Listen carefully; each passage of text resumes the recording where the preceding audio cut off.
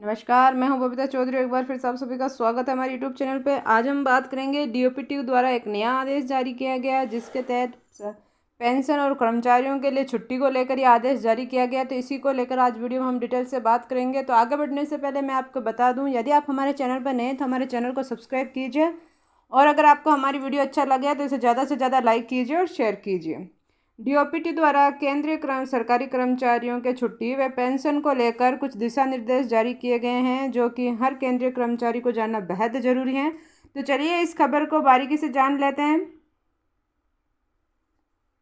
ये देखिए कि केंद्रीय सरकारी कर्मचारियों को 42 दिन का विशेष अवकाश दिया जाएगा। और वो कब दिया जाएगा? अगर कोई केंद्रीय सरकारी कर्मचारी अपना अंग दान करता है तो अब उसको 42 दिन की विशेष छुट्टी प्रदान की जाएगी। ये छुट्टी अस्पताल में भर्ती होने वाले दिन से एक बार में ही ली जाएगी।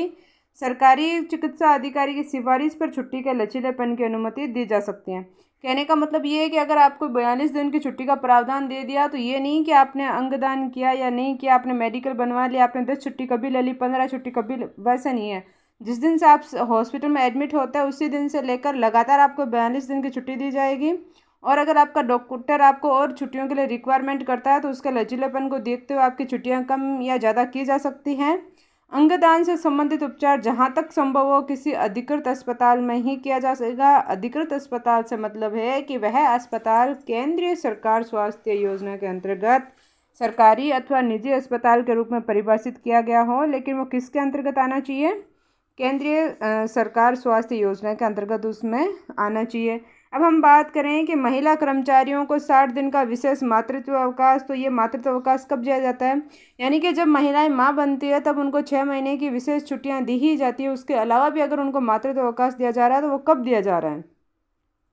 यदि जन्म के तुरंत बाद अगर बच्चे की मृत्यु हो जाती है तो ऐसे में केंद्रीय सरकार महिला कर्मचारी को 60 दिन का विशेष मातृत्व अवकाश प्रदान किया जाएगा। जन्म के तुरंत बाद बच्चे की मृत्यु होने के कारण माता को मानसिक आघात लगता है, जिसके कारण उसके जीवन में दूरगामी प्रभाव पड़ता है। उसको ध्यान में रखते हुए ऐसे महिला सरकारी कर्मचारी को अब 60 दिन का विशेष मातृत्व अवकाश प्रदान किया जाएगा।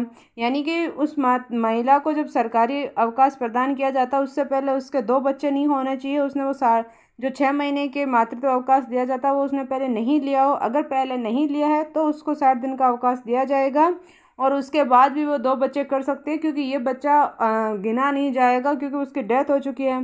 तो इसका लाभ एक महिला केंद्रीय कर्मचारियों के लिए 2 से कम जीवित बच्चों व किसी अधिकृत चिकित्सालय में प्रसव होने पर मिलेगा।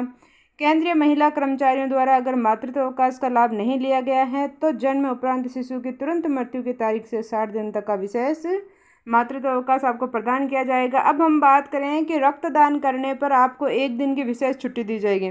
यदि कोई भी सरकारी कर्मचारी महिला या पुरुष हो, अगर वो हेल्दी और अपना ब्लड डोनेट कर रहा है, कहीं ब्लड डोनेशन के कैंप लगे हुए हैं, तो उस दिन आपको 1 दिन की छुट्टी दी जाएगी। यानी कि केंद्रीय कर्मचारियों को रक्तदान करने पर 1 दिन की विशेष छुट्टी मिलेगी। यह छुट्टी सिर्फ उसी दिन मिलेगी जिस दिन ब्लड डोनेशन किया जाएगा। सभी प्रकार के ब्लड डोनेशन पर यह लाभ मिलेगा। एक कर्मचारी को ब्लड डोनेशन के लिए 1 साल में कम से कम 4 बार छुट्टी दी जा सकती है। यानी कि अगर साल में आप 4 बार ब्लड डोनेट करते हैं तो आपको ब्लड डोनेट के लिए 4 बार छुट्टी दी जाती है। अब हम बात करें महिला सरकारी कर्मचारी के बच्चों को पेंशन मिलेगी। यानी कि कई बार ऐसा होता है कि महिला और पुरुष में दोनों पति पत्नी होते हैं, पर कुछ समय बाद उनके रिश्ते में अनबन होती है और वो अपने बच्चों के लिए सिर्फ एक दूसरे को मौका देते हैं और उस रिश्ते में बंधे रहते हैं।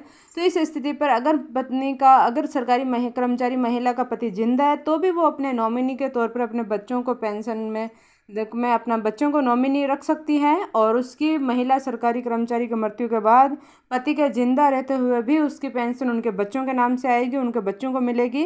तो ये सरकार ने महिलाओं को बहुत ही अच्छा तोहफा दिया है। यानी कि महिला केंद्रीय सरकारी कर्मचारी अब अपने पति के जिंदा रहते हुए भी अपने बच्चों को पेंशन के लिए नॉमिनी बना सकती हैं। केंद्र सरकार ने पारिवारिक कलह आदि को देखते हुए महिला सरकारी कर्मचारियों को शानदार तोहफा दिया है। अब महिला सरकारी कर्मचारी अब अपने बच्चों को पेंशन के लिए नॉमिनी बना सकती है। पति के जिंदा रहते हुए भी महिला सरकारी कर्मचारी की मृत्यु के बाद उनके बच्चों को पेंशन दी जा सकती है। कई बार ऐसा होता है कि बच्चे छोटे होते हैं और वो नॉमिनी नहीं होती है, पति नॉमिनी होता है तो पति दूसरी शादी कर लेता है, तब भी बच्चों को दिक्कत आती है। तो ये सरकार ने बहुत ही अच्छा काम किया है। तो इसी प्रकार की और वीडियो देखने के लिए हमारे चैनल को सब्सक्राइब कीजिए और बेल आइकन को जरूर दबाएं ताकि आने वाली वीडियो का नोटिफिकेशन सबसे पहले आप तक पहुंचे। और वीडियो को ज़्यादा से ज़्यादा शेयर कीजिए और लाइक कीजिए और गलत कमेंट ना करें, क्योंकि हम आप तक वही न्यूज़ पहुंचाने की कोशिश करते हैं जो हमें लगता है कि आपके लिए ज़रूरी है। और ये वीडियो शायद सभी सरकारी केंद्रीय कर्मचारियों के लिए बहुत ही आवश्यक है, तो वीडियो को ज़्यादा से ज़्यादा लाइक कीजिए और शेयर कीजिए। धन्यवाद।